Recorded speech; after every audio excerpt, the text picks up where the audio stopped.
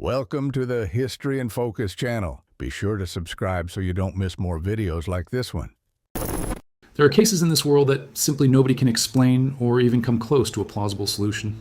Impossible deaths, objects that should not exist, disappearances without a trace, and encounters that change lives forever. These are 20 real events, investigated, analyzed, debated for decades, and yet none of them has an answer that completely closes the case. Brace yourself. Some of these cases will leave you with more questions than certainties. Fact number 1. The man who woke up in the future. In 1921, a Swiss-Austrian professor named Paul Amadeus Dyatlov fell into a deep coma caused by encephalitis lethargica. He remained unconscious for an entire year. When he woke up, he claimed to have experienced something no doctor could explain. His consciousness had traveled to the year 3906 AD and spent all that time inhabiting the body of another man in a civilization from the distant future of our known humanity. During that year in a coma, Dyatlov described having witnessed human civilization over the next 2,000 years.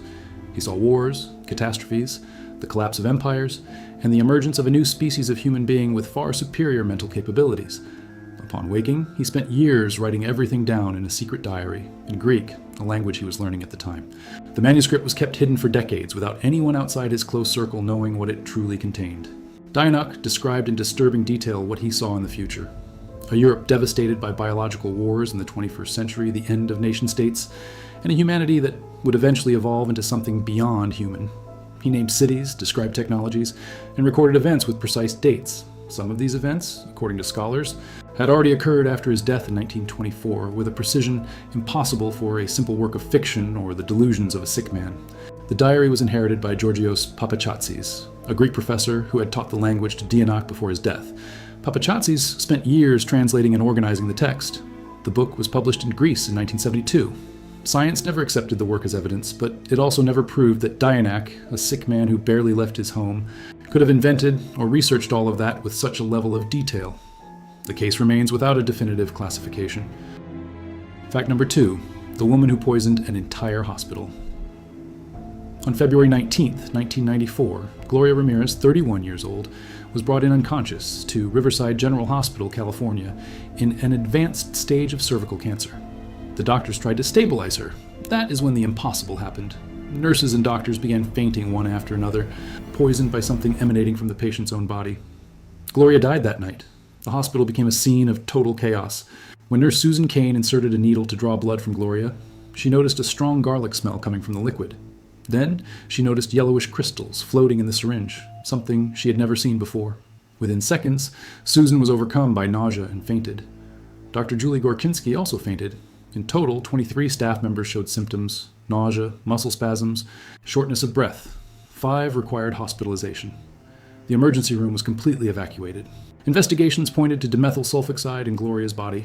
The most accepted theory is that she was using the substance as a homemade remedy for pain, and that in contact with the hospital oxygen, it created toxic compounds. But this was never proven in a laboratory. No hospital in the world has recorded a similar case before or since. The crystals found in the syringe were also never identified with absolute certainty by any chemical analysis conducted to this day. Gloria's body was kept in quarantine for weeks before being released to the family.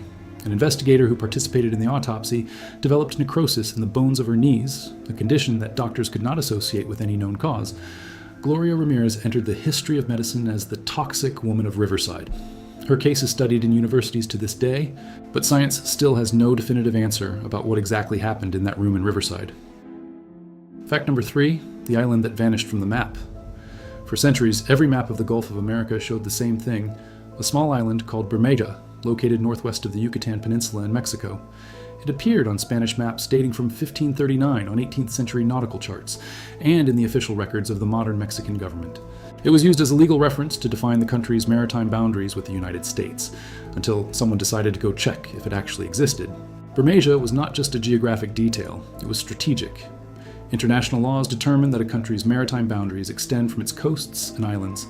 With Bermuda on the map, Mexico claimed a huge area of the Gulf, including the oil-rich region called Hoyo de la Dona. Without the island, that area would fall under United States control. In 1997, the Mexican Congress voted on a project that depended directly on the existence of Bermuda.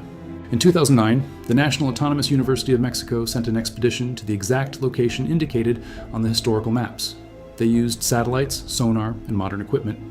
The result was disturbing. There was absolutely nothing there. The theories multiplied. Some pointed to a Spanish cartographic error. Others spoke of rising sea levels. But the most disturbing one came from Mexican lawmakers. The hypothesis that the CIA had destroyed the island to ensure the United States would keep the oil from the disputed region. This theory was never proven, but it was also never completely dismissed. Bermeja remains in historical archives, but does not exist on any current official map. Nobody knows where it went. Fact number 4, the engineer who knew too much. Phil Schneider presented himself as a former engineer for the American government with a Q-level clearance, the highest security clearance that exists in the United States. He claimed to have worked on the construction of deep underground military bases, the so-called DUMBs, scattered across the country. Starting in 1995, he began giving public lectures, telling what he claimed to have seen. 13 of his 17 closest friends were already dead when he started. Schneider claimed that in 1979 he had participated in an operation in Dulce, New Mexico, where workers accidentally drilled into an underground chamber occupied by extraterrestrial beings. The confrontation allegedly killed 66 American engineers and military personnel. He showed scars in his lectures that he said were from alien weaponry. He also claimed that the American government had known about the existence of extraterrestrials for decades and kept it in absolute secrecy from the civilian population. In January 1996, Schneider was found dead in his apartment in Wilsonville, Oregon. The initial report indicated death by asphyxiation with a latex tube wrapped around his neck. But independent investigators pointed out inconsistencies. The knots on the tube were characteristic of military strangulation techniques, and Schneider had only one hand functioning normally, which would make that type of knot nearly impossible to tie by the victim himself without help. The official investigation found nothing suspicious, and the case was closed. The family and supporters continue to contest this conclusion to this day. None of Schneider's claims about underground bases or confrontations with aliens were proven. It was also not possible to prove they were lies. What is known is that in the months before his death, he had intensified his lectures and publicly stated that he knew he would be eliminated. Months later, he was found dead under contested circumstances. Fact number 5, the Lawson Christmas massacre. On December 25, 1929, on a farm near Germantown, North Carolina, Charlie Lawson left the house with a shotgun and killed his wife, Fanny, and 6 of his 7 children. The ages of the victims ranged from 4 months to 17 years. The only survivor was the oldest son, Arthur, who was out working that day. After the massacre, Lawson went into the woods and died. The most disturbing part was still to come. Before leaving with the shotgun, Charlie Lawson did something that nobody has ever been able to explain. He dressed his wife and children in their Sunday clothes, the best they had, folded the arms of each victim across the chest, as in a funeral, and closed everyone's eyes. The bodies were found arranged, not scattered by the chaos of a massacre. It was as if he had planned a ceremony. Something had been premeditated with a calmness that made the crime even more disturbing than it already was. Neighbors described Charlie as an ordinary man, hardworking, with no known history of violence or mental instability. Months before the crime, he had sold his crop and bought Christmas presents for the children. Some scholars speculated that he might have had a brain tumor since he had been seen rubbing his head frequently in the months prior, but there was no medical examination to confirm this. The real motive for the massacre was never definitively established. The story of the Lawsons became a kind of morbid fascination in North Carolina. Tourists visited the graves, musicians recorded songs about the episode. The farm where the massacre occurred was turned into a tourist attraction for decades. What psychiatry never resolved is how an apparently stable man planned and carried out the murder of his own family on the most symbolic day of the year, with the coldness of someone organizing a funeral, without leaving any letter, note, or explanation. Fact number 6. The mystery of the Galapagos Islands. In 1932, a group of Europeans decided to abandon civilization and live as settlers on the island of Floriana, one of the Galapagos, almost uninhabited. There was Dr. Friedrich Ritter and his companion, Dora Strauch. There was the Wittmer family, and there was a woman who called herself Baroness Eloise Wagner de Bosquet, who arrived with 2 lovers declaring she would build a hotel in paradise. Within 2 years, half the group was dead or missing. The Baroness was the epicenter of the conflicts. Extravagant, controlling, and unstable, she created a climate of permanent tension among the settlers. In March 1934, she and one of her lovers, Rudolf Lorenz, simply disappeared. They were never found. Weeks later, Dr. Friedrich Ritter died of food poisoning. The disturbing detail, Ritter was a committed vegetarian. The meat that supposedly caused his death was never satisfactorily explained. Nobody knew where it had come from. The lover of the Baroness, who had disappeared with her, was found months later. His mummified body appeared on Marchena Island, hundreds of miles from Floriana. He was with a Norwegian named Nuggerud. The two clearly did not get there on their own, as the distance was far too great for a simple canoe. How did they get there? Who took them? The expedition that found the bodies could not reconstruct the route of either of the two men. The question remains completely open. Doris Strauch returned to Germany and published a book about the experience. But her version of the facts contradicts that of the Wittmer family on central points. The Wittmer family stayed on the island. Margaret Wittmer died in 2000 at 95 years old without having revealed what really happened to the Baroness and her lovers. She claimed until the end that she knew nothing. Most historians who studied the case do not believe that, but nothing was proven. The island of Floriana keeps its secrets to this day. Fact number 7, the letters that destroyed a town. In 1977, residents of Circleville, Ohio, began receiving anonymous letters. The unknown sender claimed to know shameful secrets about each recipient. Betrayals, extramarital affairs, covered-up crimes. The main target was Mary Gillespie, an assistant at a local school accused of having an affair with the school district superintendent. The letters were detailed, cruel, and arrived regularly. Her life became a nightmare. In August 1977, Mary's husband, Ron Gillespie, received a letter promising that the author would call personally. When the phone rang, Ron left armed to find whoever was destroying his family. Hours later, his car was found overturned on a road. Ron was dead. The police concluded accident, but the vehicle had no marks that explained the rollover, and the gunshot found at the scene was classified as accidental. Many residents never accepted this version. Years later, a man named Paul Freshour was arrested for trying to kill Mary with an explosive trap inside a box of chocolates sent through the mail. He was convicted and imprisoned in 1977. Everyone expected the letters to stop. They did not stop. They kept arriving, with the same style, the same paper, the same handwriting. Only now the letters explicitly said that the sender was not Freshour, and that he was being wrongfully accused. It was as if there were a second sender. The investigation confirmed that Freshour was in maximum security, without access to paper, pen, or mail when the letters were sent. It was impossible for him to have written them from inside the prison. The authorities never found a second sender. Freshour was released from prison in 1994 and always denied any involvement. The letters stopped after his release.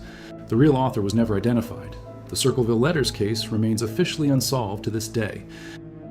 Fact number 8, the ghost boy of Amityville. In December 1975, the Lutz family moved into the house on Ocean Avenue in Amityville, New York, where a year earlier, Ronald DeFeo Jr. had murdered the 6 members of his own family while they slept. The Lutzes fled 28 days later, claiming to have experienced supernatural terror. In 1976, paranormal investigators led by Ed and Lorraine Warren spent a night in the empty house and set up automatic cameras to fire without interruption. One of the cameras captured an image that would become one of the most discussed photographs in the history of paranormal research. A boy with bright white eyes peeking out from behind a door in the hallway. The photo was developed along with dozens of other images that showed nothing unusual. Researchers identified features consistent with John Matthew DeFeo, 9 years old, one of the victims of the 1974 massacre. The image had low resolution, but the outlines were disturbingly clear. Skeptics pointed out that it could be one of the adult investigators or a laboratory manipulation. The Warrens maintained the authenticity of the image until the end of their lives. No definitive forensic analysis has been done with the digital resources available today. The house has been renovated multiple times, changed owners, and had its number changed to keep tourists away. The photograph continues to be debated. No expert has been able to prove with absolute certainty that it is fake or that it is genuine. Fact number 9. The lumberjack who spent 5 days aboard an alien ship. On the night of November 5th, 1975, a crew of 7 lumberjacks was driving through the Apache Sitgreaves National Forest in Arizona when they saw an intense light above the trees. Travis Walton, 22 years old, got out of the truck to get closer. A burst of energy hit him and threw his body backward. The other 6 men panicked and fled by truck. When they returned to the spot minutes later, Travis had completely disappeared, without a single trace. When Travis was found 5 days later, he was in a state of shock in a phone booth in Heber, Arizona. He was disoriented, weak, and had lost several pounds. His story: he had regained consciousness inside a craft with large-eyed beings around him. He was examined, taken to another environment where there were normal-looking humans, and finally placed on a road. 5 days had passed without him having any awareness of the time that had elapsed. The other 6 lumberjacks were subjected to polygraph tests by a credentialed examiner, and 5 passed without irregularities. Travis also passed the test after recovering. The case was investigated by APRO, a UFO research organization, and later by representatives of the American government. No fraud was proven. No alternative explanation was presented that would account for how Travis disappeared in front of 6 adult and independent witnesses. Travis Walton published his account in a book, and the case was adapted into the film Fire in the Sky in 1993. He continues to give interviews to this day, maintaining the same story without significant changes for nearly 50 years. Critics claim that everything could be a setup to cover up a workplace accident, but no evidence of fraud was found. And the 6 lumberjacks never changed their statements, even when pressed individually by different investigators. Fact number 10, the collective memory bug. There is a phenomenon without a satisfactory neurological explanation. Large groups of people, without any communication among themselves, share identical false memories about events that never happened the way they remember them. The phenomenon was named the Mandela effect, in reference to Nelson Mandela, whom thousands of people swear they saw die in prison in the 1980s. He died in 2013, free as a former elected president of South Africa. Pikachu is one of the most cited examples. Millions of people around the world are absolutely certain that the tip of the character's tail is black. It never was, in any episode, any official illustration. The tail has always been completely yellow. Another classic case, the animated series has always been called Looney Tunes, with tunes. A huge number of people swear the name was Looney Tunes, with tunes from cartoons. It never was. Mr. Monopoly is another emblematic case. Every year, thousands of people describe in detail the monocle the character wore. Some even describe the chain attached to his vest pocket. It never existed. The character has never worn a monocle since his creation in 1935. Neurologists explain false memories through processes like the active reconstruction of what we remember, influenced by expectations and social context. But these explanations are not entirely convincing because the Mandela effect does not involve vague memories. It involves precise and identical details in people who never communicated with each other. Some researchers raise hypotheses of convergence between parallel realities. Science has no answer, and the number of documented cases only grows every year. Fact number 11, the man who touched a UFO.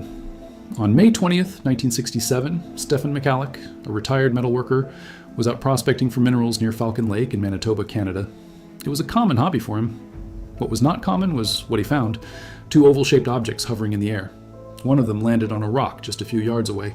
McCalloch approached. The craft emitted intense heat, and something fired at him, instantly setting his shirt on fire. McCalloch described the craft as metallic, with grid-like ventilation marks around the exterior. When he got close enough, he tried to touch the surface. It was hot but solid. Then an opening closed, and jets of hot gas were expelled directly at his chest. His shirt caught fire. He ripped it off quickly. By the time he got up, the craft had departed. McCalloch dragged himself back to town with intense nausea, dizziness, and vomiting. There was a strange burn on his torso. The burn on his chest had a perfect grid pattern, exactly like the ventilation marks he had described on the craft. A doctor who examined him confirmed the burns as real. Soil analyses at the landing site revealed radioactive alterations inexplicable for the region.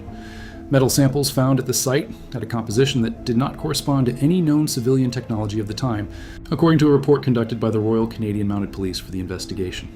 The American Air Force conducted its own parallel analysis. McCalloch continued to show symptoms of radiation poisoning for years: weight loss, skin rashes, chronic blood problems. He was hospitalized numerous times. Medical specialists were unable to identify the exact cause of the persistent problems. He never sought fame or money from the case and maintained the same version of events until his death. Fact number 12. Objects that should not exist. UPART is the acronym for out-of-place artifact. These are objects found in archaeological or geological contexts that completely contradict what we know about human technological development. They should not exist where they were found, at the level of complexity they present, or in the geological layer in which they were buried. And yet, they exist. Science still debates each one of them without conclusion. The Antikythera mechanism is one of the most documented examples. Recovered from a Greek shipwreck dated to around 70 BC, it is a device with dozens of gears capable of calculating astronomical movements with remarkable precision. The problem? Europe would not have equivalent technology for more than 1,000 years. The so-called Baghdad battery is another case. A ceramic vessel with a copper cylinder and iron rod found in Iraq, dated to 250 BC, that functions as an electrochemical cell. The Klerksdorp spheres were found in South African mines in geological layers 2, 8 billion years old. They are perfectly round spheres made of hard material with symmetrical equatorial grooves. No natural geological process would produce this result. The London hammer was found in 1936, embedded in solid rock. Metallurgical analyses revealed an iron alloy with a purity that should not be possible in tools from any documented historical period. There are dozens of other documented cases, like the Dendera plate in Egypt, which some interpret as a representation of electric lamps in bas relief, and the Saqqara bird, an Egyptian wooden object with an aerodynamic profile identical to that of modern aircraft. All of them generate debate to this day and continue to intrigue scientists. Fact number 13. The UFO with a military escort. On December 29, 1980, Betty Cash, Vicki Landrum and Vicki's 7-year-old grandson were driving through Texas when they encountered a flaming object in the middle of the highway. It spat flames downward, preventing the car from moving forward. The heat was so intense that the door handle burned Betty's hand when she tried to open it. The three got out and stood watching for long minutes. And what happened next would make the case impossible to ignore. While they watched the object, military helicopters began appearing from all directions. The three counted 23 helicopters of the CH-47 Chinook type, the same ones used by the American Army. The helicopters seemed to be escorting the object, circling it as it moved slowly across the night sky. Eventually, both the object and the aircraft disappeared over the horizon. The presence of 23 identifiable military aircraft made this case very difficult to simply ignore or dismiss. In the days following the encounter, Betty, Vicki, and Colby developed severe symptoms: nausea, vomiting, diarrhea, skin blisters, and hair loss. Betty was hospitalized for more than 2 weeks. Doctors identified symptoms consistent with acute radiation exposure. Betty underwent multiple hospitalizations in the following years, developed cancer, and died in 1998. Vicki and Colby also experienced chronic health problems. None of the three had a serious medical history before that night. Betty Cash and Vicki Landrum sued the American government, demanding compensation for the health damages. The Army and the Navy denied being the owners of any aircraft or object present that night. The case was dismissed in 1986 without the victims receiving any compensation.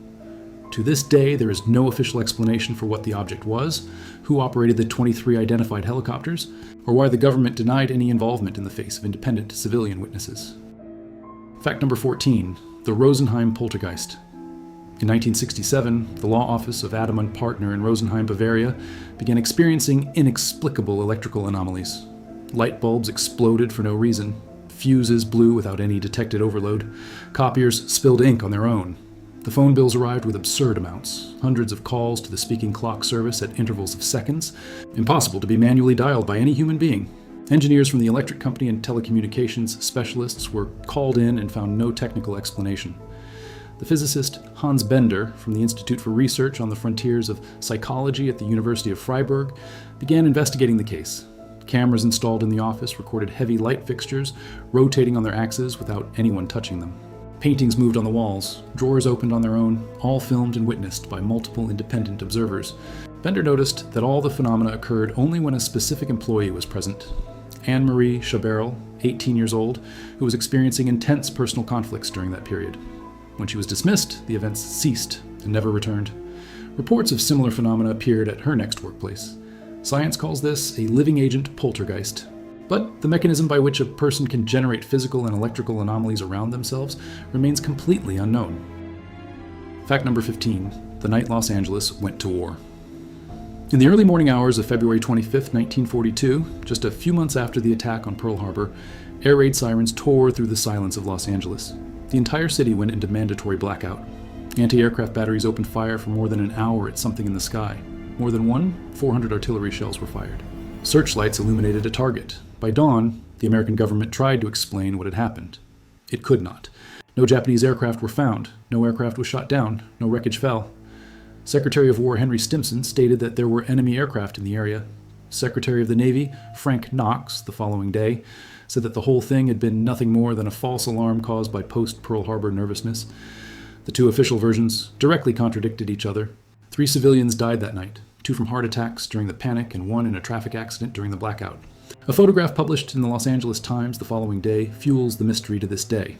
It shows multiple searchlights converging on a point in the sky and illuminating something with a clearly defined oval shape. The resolution of the arrow was low, but the object was large enough to receive beams from several searchlights simultaneously. The artillery fire around it is visible in the image. The object was apparently not hit by any of the 400 shells fired at it. In 1983, the American government acknowledged that there were no records of Japanese aircraft over Los Angeles that night.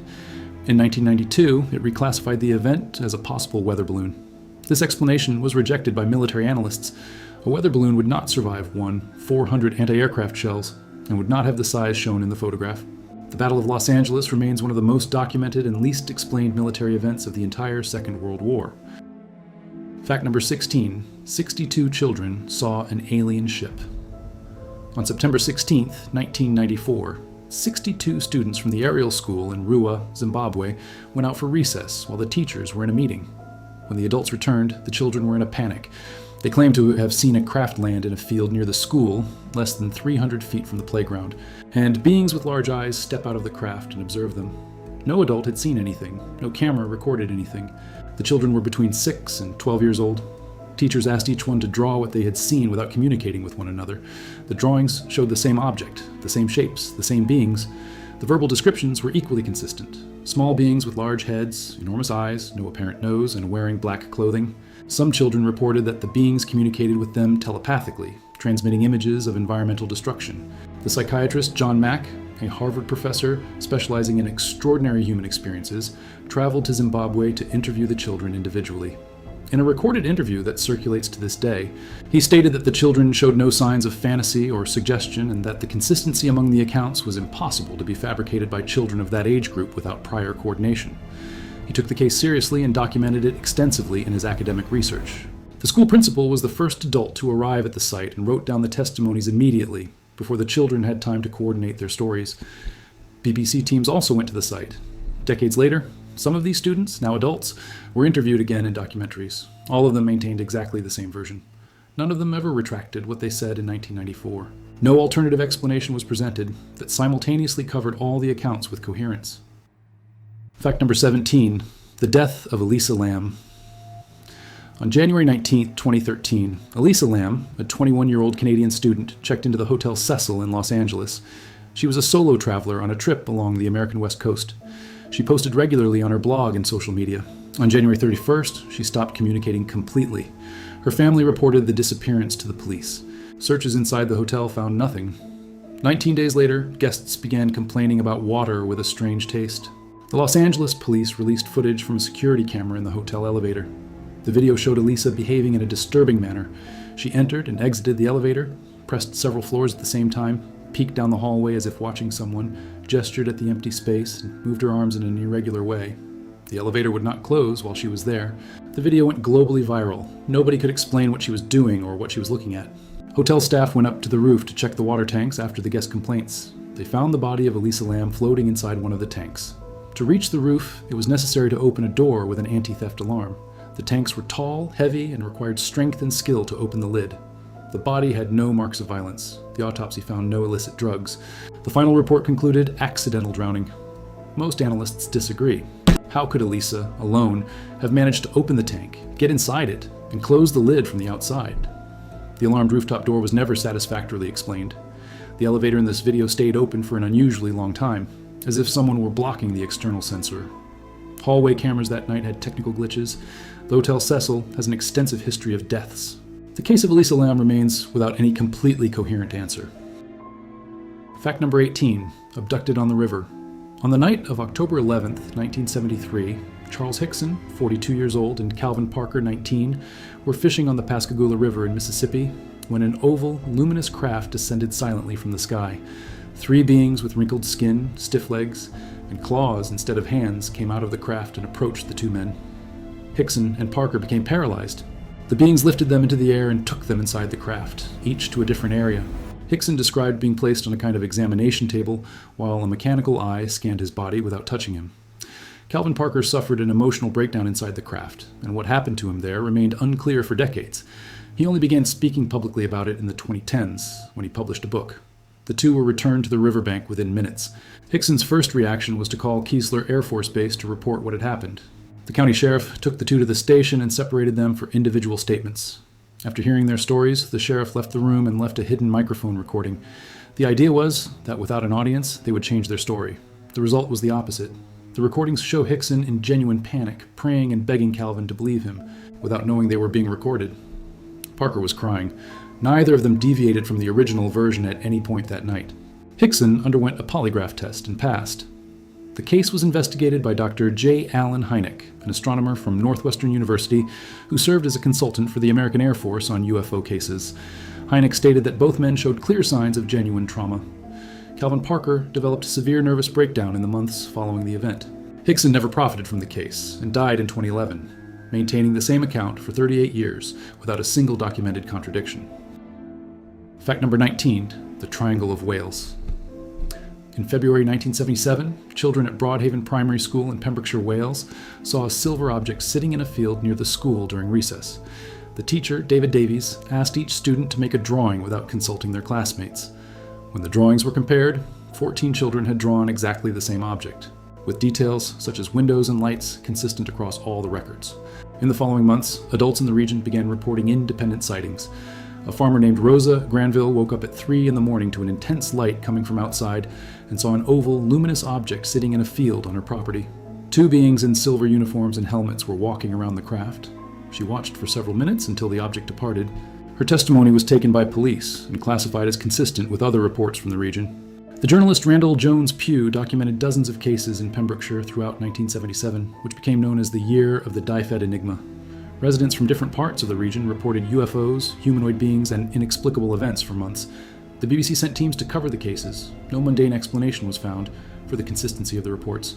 The region came to be called the Broadhaven Triangle by British researchers of the phenomenon. Investigators tried to eliminate simple explanations. Military installations, collective illusions, mass hysteria. None of these hypotheses explained the reports of solid objects, physical beings, and ground marks found on farms. The British Ministry of Defence maintained files on UFO cases from the era, declassified decades later. They contained the Pembrokeshire reports without any definitive conclusion about what had happened in the region.